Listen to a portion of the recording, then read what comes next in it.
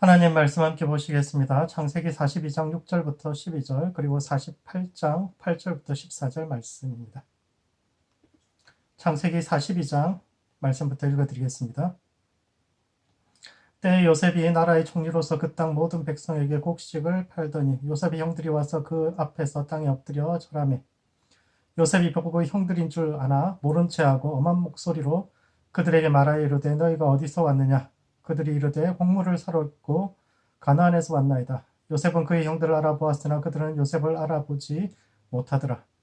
요셉이 그들에게 대하여 꾼 꿈을 생각하고 그들에게 이르되 너희는 정탐꾼들이라 이 나라의 틈을 엿보려고 왔느니라. 그들이 그에게 이르되 내 주의 아니니이다. 당신의 종들은 곡물을 사러 왔나이다.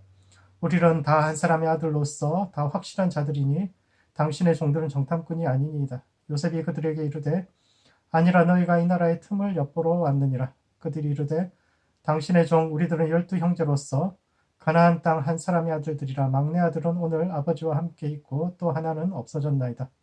요셉이 그들에게 이르되 내가 너희에게 이르기를 너희는 정탐꾼들이라 한 말이 이것이라. 48장 말씀도 읽어드리겠습니다. 이스라엘이 요셉의 아들들을 보고 이르되 이들은 누구냐?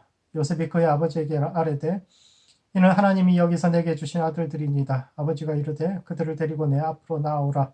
내가 그들을 축복하리라. 이스라엘의 눈이 나이로 말미암아 어두워서 보지 못하더라. 요셉이 두 아들을 이끌어 아버지 앞으로 나아가니 이스라엘이 그들에게 입맞추고 그들을 안고 요셉에게 이르되 내가 내 얼굴을 보리라고 생각하지 못하였더니 하나님이 내게 내 자손까지도 보게 하셨도다. 요셉이 아버지의 무릎 사이에 두 아들을 물러나게 하고 땅에 엎드려 절하고 오른손으로는 에브라임을 이스라엘의 왼손을 향하게 하고 왼손으로는 므낫세를 이스라엘의 오른손을 향하게 하여 이끌어 그에게 가까이 나아가매 이스라엘이 오른손을 펴서 차남 에브라임의 머리에 얹고 왼손을 펴서 므낫세의 머리에 얹으니 므낫세는 장자라도 팔을 엇바꾸어 얹었더라. 아멘. 창세기 42장과 48장은 요셉의 꿈과 정체성이 어떤 것인지를 이야기하고 있는데 이 말씀이 오늘을 살아가는 우리의 삶과 신앙에 던지는 의미가 무엇인지에 대해 함께 생각해보는 시간을 갖도록 하겠습니다. 첫 번째, 꿈에 대한 해석이 깊어져야 합니다. 요셉이 이집트의 총리가 된 지 10년 되었을 때, 즉 7년의 풍년이 지나고 흉년이 들기 시작한 지 3년이 되어 그의 나이 40이 되었을 때 요셉의 형들이 이집트로 찾아옵니다. 그들은 요셉이 17살 때 꿈꾸었던 것처럼 그의 앞에 엎드려 절하면서 식량을 줄 것을 요청했는데 그때 요셉은 자신의 정체를 밝히지 않고 그들을 감옥에 가둡니다. 이는 첫 번째, 10대의 꿈을 보는 방식과 40의 꿈을 보는 방식이 달라져야 합니다. 요셉의 인생은 꿈꾸는 인생입니다. 요셉은 17살 때 자신의 집단은 일어서고 형들의 집단은 자기 집단을 둘러싸고 절하는 꿈을 꾸었는데 그때 형들은 네가 정말 우리의 왕이 되겠느냐? 라는 말로 그 꿈을 비웃었으며 그러면서도 한편으로는 혹시 이 꿈이 이루어지지 않을까 두려워해서 요셉을 이집트에 팔았고 그로 인해서 그의 인생이 달라집니다. 하루아침에 남의 집 귀한 아들이 아무것도 없는 종의 신세가 되어버리죠. 그리고 30이 되던 해에 다시 한번 운명이 바뀌는데 그때도 꿈을 통해서입니다. 바로가 꾸었던 꿈을 해석하면서 죄수에서 총리가 되고 그러면서 40이 되던 해에 그의 꿈이 이루어집니다. 자신을 팔았던 형들이 그 꿈은 도저히 말도 안 되는 꿈이다 라고 이야기했던 그 형들이 자신을 둘러싸고 절하는 장면을 보면서 요셉은 내 꿈이 이루어졌구나 그 사실을 깨닫게 됩니다. 요셉은 10대에 꾼 꿈을 40이 되기 전에 다 이룬 매우 특별한 사람입니다. 아직 인생이 어떤 것인지를 잘 알지 못하는 시절에 꾸는 꿈, 10대에 꾸는 꿈이란 것은 되게 허황되어서 대부분의 사람들은 살면서 꿈을 이루지 못하고 나이 들수록 꿈의 크기가 줄어드는 것이 정상인데 요셉은 처음 꾸었던 꿈 이상의 인생을 이룹니다. 처음에 자기가 그 꿈을 생각할 때는 그저 형제들보다 좀 뛰어나서 그들을 다스리는 부족장 정도 될 줄 알았는데 나이 40의 요셉은 대제국 이집트와 주변 모든 지역의 사람들의 삶을 좌지우지할 만한 그런 매우 성공적인 인생을 살게 됩니다. 그렇다면 형들이 찾아왔을 때 요셉은 내가 바로 요셉입니다. 당신들이 무시했던 그 꿈이 이렇게 이루어졌습니다. 라고 당당히 자신을 밝히고 그들의 잘못에 대해서 벌을 하든지 아니면 혹은 대범하게 용서해 주었다면 요셉 이야기는 훨씬 완성도 높은 이야기로 끝날 수 있었을 겁니다. 하나님의 꿈은 반드시 이루어진다. 꿈은 시련을 이기게 만들며 고난에도 불구하고 믿음 안에서 끝까지 전진하면 반드시 좋은 일이 있을 것이라는 아주 감동적인 교훈으로 이야기가 끝날 수 있었을 텐데 요셉이 자신을 밝히지 않습니다. 정말 좋은 타이밍인데 자기를 밝혔어야 되는 정의가 이루어졌어야 그런 장면인데 요셉이 자신을 밝히지 않고 오히려 형들이 이 땅을 정탐하러 온 간첩이라고 몰아붙여서 감옥에 가두기까지 했는데 요셉은 왜 그랬을까요? 왜냐하면 요셉이 꿈의 본질에 대해서 질문하기 시작했기 때문입니다. 자신의 꿈이 17살 때 꾸었던 그 꿈이 이루어지는 것 같은 그 순간 요셉은 정말 이 꿈이 이루어야 할 하나님의 최종적인 뜻이 무엇인지를 질문하기 시작합니다. 형들을 요셉 앞에 엎드리게 하고 절하게 하는 것이 하나님께서 주신 꿈의 본질이었을까? 누군가를 무릎 꿇리고 그들의 비열한 과거를 폭로하면서 비웃어 주는 것. 그래서 마침내 정의는 승리한다라고 외치는 것이 과연 하나님께서 주시는 꿈의 끝이고 본질일까라고 질문을 던진 거죠. 꿈은 하나님께서 주시는 것이요. 그 꿈을 이루시는 것도 하나님이며 형들이 요셉 앞에 무릎을 꿇은 그 순간은 꿈이 완성된 순간이 아니라 진짜 꿈이 시작되는 순간, 무언가가 하나님께서 하실 일이 이제부터 여기서부터 또 다른 시작이다라는 것을 깨달은 거죠. 꿈의 주인은 하나님이며 꿈을 이루시는 분도 하나님이며 따라서 나이 들수록 하나님께서 주신 꿈의 본질이 무엇인가를 질문해야 합니다. 대개 10대 중년의 나이에 들면 둘 중에 하나죠. 꿈을 이루거나 꿈을 이루지 못했거나. 꿈을 이룬 사람들은 어깨에 좀 힘이 들어가고 꿈을 이루지 못했던 사람들은 뭔가 자기가 잘못한 것 같이 어깨가 수그러들고 그러는데 그럴 필요 없습니다. 철모르던 시절에 꾸었던 그 인생이 그렇게 생각한 대로 흘러갔다고 하면 그게 자랑할 만한 일이고 또 그렇게 이루어지지 않았다고 잘못한 것도 아니잖아요. 하나님께서 우리의 인생은 하나님께서 주신 것이고 하나님께서 이끌어 가시는 것인데 하나님께서 인생을 주시고 꿈을 주시는 이유는 무엇일까?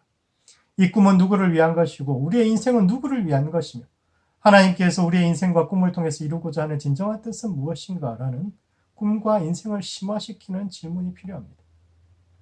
꿈에 대한 질문은 삶에 대한 질문이요. 우리 인생에서 정말 중요한 의미와 가치가 어떤 것인지를 질문하는 것이기도 하는데 이와 같이 질문하기 시작할 때 꿈의 심화에 대한 질문을 던지기 시작할 때가 진짜 꿈의 의미가 그리고 인생 이막이 시작되는 순간입니다. 두 번째, 요셉은 형제들의 구원자가 되지 않고 오히려 형제들이 스스로 구원받을 수 있도록 도와줍니다. 왜 요셉은 형들에게 자신을 밝히지 않았을까요? 그 순간은 요셉이 아주 오랫동안 기다려왔던 순간일 텐데 언젠가 내가 형들이 정말 내 앞에서 엎드려 절하는 그걸 볼 거야 라고 했던 그 꿈이 정말 이루어진 순간인데 그러면 정말 그것이 이루어지면 너무 감동스럽고 감격하고 그래야 할 텐데 오히려 냉철하게 그 순간에 자신을 감추고 형들을 시험합니다. 그는 처음에 모든 형제들을 가두었다가 나중에는 시몬을 제외한 10명의 형제들을 풀어주면서 막내 동생 데리고 오지 않으면 다시는 자신을 볼 수 없을 것이라고 냉정하게 쫓아버리는데 이것은 형들에 대한 시험입니다. 17의 요셉이었다면 와 드디어 꿈이 이루어졌구나. 내가 요셉입니다. 이렇게 밝히고 금이 환영해서 가족의 모든 문제를 해결해 주는 구원자 역할을 했을 겁니다. 배다른 형제로 태어나서 서로 시기하고 미워했던 과거를 이제 그건 지나간 거니까 다 잊어버립시다. 형들이 잘못했지만 내가 당신들 다 용서하고 또 당신의 가족들도 내가 다 먹여 살릴 겁니다. 이야기하면서 정말 형제들 구원자 노릇을 했을 텐데 마흔의 요셉은 그렇게 하지 않습니다. 마흔의 요셉은 오히려 냉정하게 형들이 과연 복을 받을 만한 사람인가 아닌가를 시험하고 평가합니다. 과연 형들은 자신의 호의를 받을 만한 사람들인가? 내가 베푼 호의가 정말 계속 호의가 될 수 있을까를 찬찬히 따져보는데 이는 노예와 죄수로서 그리고 총리로서 인생의 빛과 어둠을 모두 경험한 요셉은 행운이 꼭 복이 되지 않는다는 것을 알기 때문에 이렇게 하는 거죠. 행운은 그것을 받아들여서 머물 만한 사람에게만 복이 되고 그렇지 않으면 오히려 화가 됩니다. 나는 선한 의도로 은혜를 베풀지만 그것이 반복되면 상대방은 그 스스로 노력하지 않고 하늘에서 감이 떨어지기를 기다리는 공짜 심리를 갖게 할 수 있습니다. 그런 점에서 요셉은 일방적이고 시혜적인 은혜를 베풀지 않고 오히려 상대방이 그를 복을 받을 만한 사람인지를 지켜봅니다. 그런 점에서 요셉의 형들은 시험을 잘 통과했죠. 누명을 쓰고 사로잡힌 막내 동생을 버리고 가는 것이 아니라 모두가 한마음으로 울면서 따라왔을 뿐만 아니라 유다는 막내 동생 대신 자신을 사로잡으려고까지 이야기하기로 했는데, 그러면 만약 형들이 요셉의 시험을 통과하지 못했다면 요셉은 어떻게 했을까요? 형들이 베냐민을 버려두고 갔다면 요셉은 우리 인연은 여기까지 라고 냉정하게 선을 긋고 더 이상 그들과는 서로 상관없는 삶을 살았을까요? 아마도 그렇지 않을 겁니다. 요셉은 그렇게 할지 몰라도 하나님은 그렇게 하지 않았을 겁니다. 하나님은 그 형제들이 통과하지 못했다면 통과할 수 있는 또 다른 시험을 냈을 것이고, 그리하여 스스로 구원에 다가갈 수 있도록 계속 그들을 도우셨을 겁니다. 그러므로 꿈과 인생의 본질에 대해서 깊이 성찰해야 합니다. 철모로든 어린 시절에 계획했던 인생이 얼마나 도달했느냐가 그 사람을 평가하는 잣대가 되지 못합니다. 오히려 꿈의 주인은 하나님이요, 그분이 내게 주신 꿈의 본질이 무엇인가, 하나님께서 나를 통해 이 땅에서 하시고자 하는 바가 무엇인가를 질문하여 인생과 꿈의 본질에 다가서는 모든 성도들 되시기 바랍니다. 두 번째, 우리가 속해야 할 곳을 결정해야 합니다. 야곱이 살 날이 얼마 남지 않았다는 소식을 듣고 요셉은 두 아들을 데리고 가서 축복을 받았는데, 야곱은 장남이 아닌 차남 에브라임을 더욱 축복합니다. 이는 첫 번째, 요셉은 히브리인으로 살기로 결정합니다. 왜 요셉은 자식들까지 데리고 가서 아버지의 축복을 받았을까요? 왜냐하면 장자의 명분을 계승하기 위해서죠. 할아버지 이삭이 죽기 전에 마지막 축복과 더불어서 장자권을 야곱에게 넘겨준 것처럼 요셉도 아버지의 장자권을 계승한 겁니다. 원래 야곱의 장자권은 르우벤에게 있었지만 첫째 아들이 서모 비라와 동침하면서 그 권리를 박탈당했기 때문에 장자권을 둘째 부인의 장남인 요셉에게 계승되었고, 그래서 당시의 관례대로 장남은 다른 형제들보다 두 몫을 받으니까 그 중에 한 몫은 자기 아들 므낫세에게, 그리고 다른 한 몫은 에브라임에게 나누어 주었는데, 굳이 요셉이 아버지의 장자권을 물려받을 필요가 있었을까요? 장자권이라는 것이 가문 전체에 대한 대표권 또 권위를 갖는다는 것과, 그리고 부모의 재산 대부분을 물려받는다는 의미가 있는데, 요셉은 이미 부모로부터 뭔가를 물려받지 않아도 될 만큼 충분히 많은 것을 가지고 있는 사람이었는데다가 가문 내에서도 누구나 요셉이 그 가문을 대표하는 사람이라고 생각하고 있었죠. 뿐만 아니라 요셉이 가문의 대표가 된다는 것은 당시로서는 그리 매력적이지 않았는데, 왜냐하면 요셉에게 있어서 그가 히브리인이라는 사실은 드러내기보다는 오히려 감추어야 할 부분에 가깝기 때문입니다. 요셉의 아내는 온 제사장의 딸인데, 온은 오시리스라고도 하죠. 풍요의 신이요 저성의 신이며 이집트의 4대 신앙 중에 하나입니다. 대개 나라는 왕권파와 귀족파로 나뉘는데, 오시리스 신앙은 왕권파의 핵심 세력이고 요셉은 그들과 연대한 사람입니다. 요셉이 흉년에 사람과 땅을 모두 사들인 것은 왕권을 강화하는 데 크게 기여한 것이고, 이에 바로는 자신의 최측근인 오시리스 제사장의 딸을 요셉에게 줍니다. 그런 점에서 요셉의 아내는 단순한 종교 지도자의 딸이 아니라 이집트의 굉장히 중요한 대귀족의 딸이고, 요셉의 아이들의 입장에서 보면은 친가는 보잘것없는 유목민인데 외가는 모든 것을 다 가진 대귀족 가문입니다. 할아버지와 삼촌들은 흉년에 먹을 것이 없어서 강을 건너서 남의 땅에 식량을 구하러 온 아주 한미한 집안인 반면, 외가는 대제국 이집트에서도 손꼽는 명문가인데, 만약 우리가 요셉의 입장이라면 자식들이 어느 쪽과 더 가깝게 지내기를 바랬을까요? 요셉의 유일한 약점이 그의 출신입니다. 요셉의 능력과 성품은 누구나 인정하지만 그가 비천한 이방인, 그것도 정주민들이 혐오하는 유목민 출신이라는 것이 그의 유일한 흠이요, 이러한 약점을 메워주는 것이 대귀족 출신의 아내인데, 그런 상황에서 히브리인들의 대표가 된다는 것이 어떤 의미였을까요? 오늘 본문에 보면은 48장 중간에 보면 야곱이 마치 치매에 걸린 것처럼 이들은 누구냐? 라고 질문하는 것을 볼 수 있습니다. 48장 전체가 그의 유언인데 손주들 불러서 막 축복을 하다가 갑자기 중간에 팔절에 치매 걸린 것처럼 얘들 누구냐라고 물어보는데 이것은 사실 요셉의 결단을 촉구하는 겁니다. 아이들을 얘들 정말 누구냐? 이집트 사람으로 만들 거냐? 아니면은 히브리 사람으로 만들 거냐? 다시 한번 결단하라는 겁니다. 이에 요셉은 하나님이 여기서 내게 주신 아들들이라고 말하는데 자기뿐만 아니라 자기 자식들까지도 히브리인이고 앞으로도 히브리인으로 살 것이라고 결단을 말하는 겁니다. 일반적으로 자식을 위해서라면 족보를 사서라도 좋은 배경을 만들어주고 비천한 과거를 숨기려 할 텐데 요셉은 오히려 반대의 길을 갑니다. 우리가 진정으로 어디에 속해 있는지를 보여주는 것은 자식에게 무엇을 요구하는지를 보면 알 수 있는데 요셉은 아이들을 히브리인으로 만들어서 할례를 주고 말씀을 가르치고 야곱의 족보에 올립니다. 요셉이 이미 모든 것을 가졌기 때문에 세상의 헛됨을 알아서 하나님을 보라고 영적으로 살라고 그렇게 이야기한 걸까요? 그렇지 않습니다.